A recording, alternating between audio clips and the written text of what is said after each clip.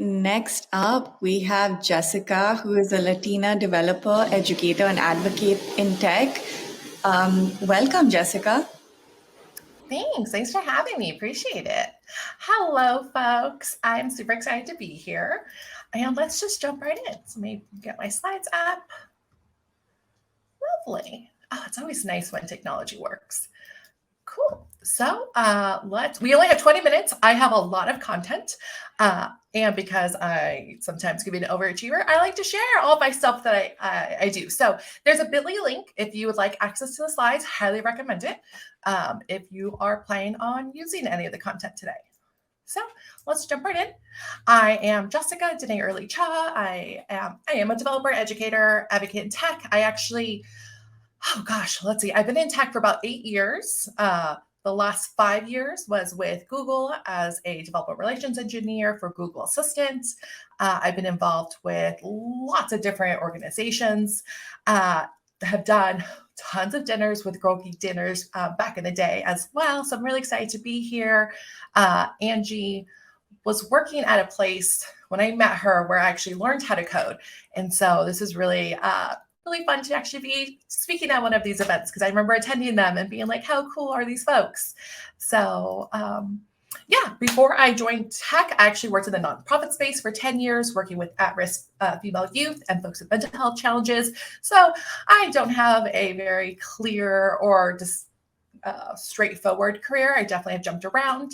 And love to connect with people and chat. I am, because of my nonprofit background, love to support others. And honestly, the reason why I have been as successful as I have been is because of community and other people helping me. So if you need anything or have any questions, just let me know. This is a reduced or smaller version of a talk that I gave a few months ago. So if you want to see the full talk, I have the YouTube video. It's about an hour long, but I did want to walk through the big portions of when it comes to interviewing, some frameworks that I've used that have really helped me. So today we're going to talk about some resources that I have gathered up from, again, community. I asked folks in my community going, if somebody's trying to learn how to prep for whiteboarding, what are the great resources out there? Then I have my scaffolding of the 7 steps I think of and I go through when I actually do my technical interviews, and then tips and resources at the end. So it's going to be a little bit rushed, which is not ideal, but hopefully you'll be able to get a lot of great information. And if you want to chat, more than happy to chat as well. So I could do it. I could change slides. There we go. Again, this is not just for me. This is from tons of amazing people. Here's a list of resources of solving different problems and potentially different types of questions that could help with your interviewing prep, because there's no point of practicing the whiteboarding portion if you haven't done some prep work beforehand. So this is really a list of great resources. All the links are, again, in the slides as well. So let's dive into when it comes to the actual interview. You're on-site or you're remote. This is the things I do that help me process through, think things through, and then also when my anxiety kicks in, I can go back to this and have some scaffolding, which is really nice. So these are the 7 steps that I have, which has to do with when they ask you the question, I restate the question and make my test cases. I draw it out, pseudocode, test, code, and refactor. And actually, let's walk through this because it's one thing to say it, it's another thing to do it. So let's pretend there's an interview. I'm going to be both the interviewer and the interviewee, and we're going to walk through this relatively quickly, but I want to show you kind of how I recently have done this as I've been going through my own. I was looking for work. Now I'm working again, which is lovely. So let's say they give you an interview question. This one is just write a method that determines if 2 words are anagrams. So part of the process I would do, I'd be like, okay, cool. So this problem, or at least I would ask clarifying questions. I'd be like, oh, an anagram is when there are 2 strings that have the same number of letters, right? Or is it this other one? Like, I would make sure that I knew what those words meant, because I don't want to make assumptions, because then I would be solving the wrong problem. So I always restate the question, making sure I understand what's happening. Then I also do out test cases, which is part of my question asking a little bit. So I'm like, okay, cool. So do I care about capital letters? Do I care about if there's maybe no characters? Am I working with good data? And then writing out some of the use or the test cases of like, okay, so they said at capitalize and eat lowercase should be true. And then I just walk through, write a couple of them, making sure I get true, false, and kind of like edge cases as well. So that's how I make my test cases as I'm clarifying what's the problem. Then I draw this out, and this can be different for different folks. When it was traditional whiteboarding with an actual whiteboard, I would literally like draw out what I would be doing. But because a lot of things have moved remotely, this is kind of what I did this last time I had a question was, okay, cool. So I'm thinking about getting the first word, putting into a dictionary. And then for every time the letter appears, I'm going to bump up the value by 1. And then the second word, I'm actually going to put that into the dictionary, a different one, or maybe the same, not sure, I'm committed. And I'm going to decrement, go the opposite way. And then with those two, if I compare the two, and if all the values are 0, then it should be good, that it should all equal out. So that means it's true. So that's kind of how I would draw it remotely versus with the actual whiteboard itself. Then after that, after I explain that, I'm like, okay, cool. This drawing kind of makes sense. I've explained it to my interviewer. Then I'll pseudocode. I'll go, okay, cool. I'm going to walk through this really quickly. I'm going to create my variable. I'm going to loop over the first word, adding the letter as a key, and the value is 1, then looping over the second word. And if it's not in there, if the letter is not in the counter, that means they don't match. Then I'm out. And then, of course, if the letter is in there, I'm going to subtract by 1. Then at the end, I'm going to loop over that counter dictionary, checking the values. If they're all 0, if they're not all 0, then false. And if they are, true. So that's my pseudocode. Then after that, I would test my pseudocode. And I like to have this little diagram. I usually draw this out. It's a little harder when you're dealing with virtual, but this is kind of what I normally do, is I put my variables on one side, the values on the other. I'm like, hey, word 1 is at 8, word 2 is eat.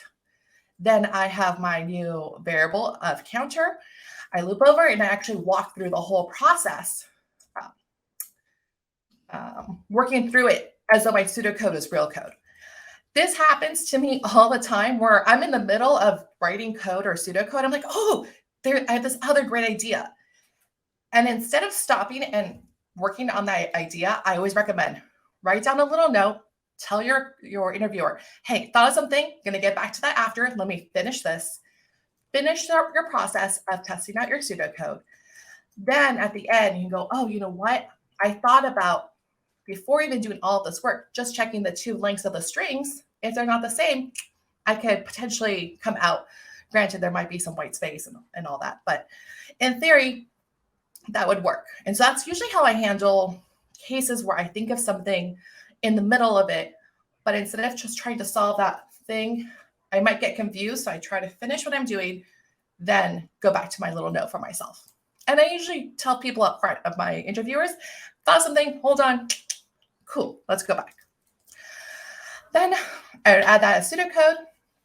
So after testing, you would also want to test to make sure the cases in which you have negative cases, things that should be false, actually trigger and they become false. So I would test that out. We're not going to walk through that today, but you'd walk through the whole process of testing it.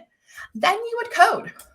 And then I put sometimes, because I've had it where people are like, no, this is cool. This is good. So you don't always necessarily have to code if your logic and your pseudocoding is solid. Because after that, it's just potentially syntax errors, which you could Google and you could look up. That's what we do our normal day to day. But something I do is when I go, oh, you want me to code this out? And they're like, no, it's okay. If I know the time and space complexity, I upfront tell them. That was something I spent a lot of time trying to learn, time and space complexity. It is a thing that most computer science people have learned about. I did it as a person who doesn't have a CS degree. So I learned it as well as I could. And if I feel pretty confident, I will upfront and tell them this is what the time complexity or space complexity is. If you don't know, that's okay. But if whatever you do know, you want to upfront versus waiting for them to ask you for it. So that's usually what I do. The times where they do ask me to code, I'm like, cool, I'll code. And the nice thing is because I already have pseudocode, it's easier for me to write my code as well. And then, of course, you always want to test out the new code that you just wrote out. And then after that, refactor. And generally by then, you're talking about refactoring. You're not actually refactoring your code because of time as well. So that is just that's how I would walk through it really quickly. Granted, I would have more time and show more examples, but that is the 7 steps I do when I'm interviewing. What's really nice about this is if I get lost in my pseudocode, I can go back to my visual of my actual image that I have, that I drew up. If I get lost in my coding, I can go back to my pseudocode. And so this is a really nice way that you can really support yourself and solve the problem abstractly and then get more granular in there. Then you can worry about the syntax and code and, the scary stuff. So it looks like we have 6 minutes left. Yes. Some tips and resources that I have. When you get stuck, and it will happen because we're human beings. And this is why if you are doing this type of work, this is hard work. And this is, if it was easy, then would it be as lucrative potentially? I don't know. That was a weird statement. Anyways, you'll get stuck and that's okay. I usually like to, instead of going or let my anxiety kick in and oh my gosh, and like freak out or go silent, that's usually what I do. Something I learned and I tend to do now is instead of going, or silence, I go, oh, this is interesting. And that one phrase is kind of my backup of like, oh, Jessica, if you don't know what's happening or if you're stuck, at least say this part. And so I go, oh, this is interesting. There's something here. And I try to explain where I'm stuck, but I usually phrase it as that's interesting. The reason why I do that is because society tends to not be as kind when it comes to assumptions, when it comes to women and people of color. So I try to frame it as I'm excited, I'm not intimidated. I might not feel that way, but I'm presenting that way. So that's usually, ooh, this is interesting. And then it also puts me kind of in a nice, playful framework versus I don't know this. So again, that's something I do. I really enjoy that. It's a tip I got from a friend. So I love to share that. But when you get stuck, explain what you're stuck. You can say, this is interesting to help boost yourself and kind of frame it as like, no, this is collaborative. This is interesting. Let's talk about this. Then I would recommend draw your picture again, go back to your picture, draw it out, try to unstick yourself. And then honestly too, it's not a bad thing if you have to go, you know what, I've got myself all twisted. I need to start from scratch. And of course, depending on like the actual time you have, sometimes that's possible, sometimes that's not. But it's not a horrible thing to acknowledge, you know what, I think I solved this not in the best, or I was going down potentially the wrong path. Let me start again. And you can start from that, drawing the picture, pseudocoding, then coding as well. So some handy tips that I usually let people know about is use built-in methods. It's okay. If you have to, I don't know, process some data and part of it is sorting it out first, then you process it, use the .sort methods. Like it is a-okay. The big thing is if the problem itself is about sorting, you don't want to just do .sort. Like you would want to work that through, but you could definitely use different methods. You don't have to do everything from scratch or by hand. Another thing I like to do is I create my own helper methods of like clean data. And I'll just reference it as like, oh, I'll clean the data here. And then, that's a function I wrote somewhere else, I'll build it after. And sometimes usually they don't ask you to actually write that part of the code, which is really interesting. So you could definitely use that as well, where you just use that clean data that, could take out all the spaces of data or correct any errors or what have you. That way you could solve the core problem. Another thing is just share what you know. There's many times where, I'm going to go back to that sort example.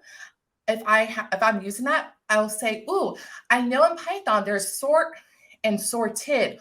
One changes it in memory, and the other one returns a new array. And so I'll drop little things like that as I'm writing my code, or potentially, especially one-off errors. I usually know, oh, there might be a one-off error here because we're human. But I suspect there might be.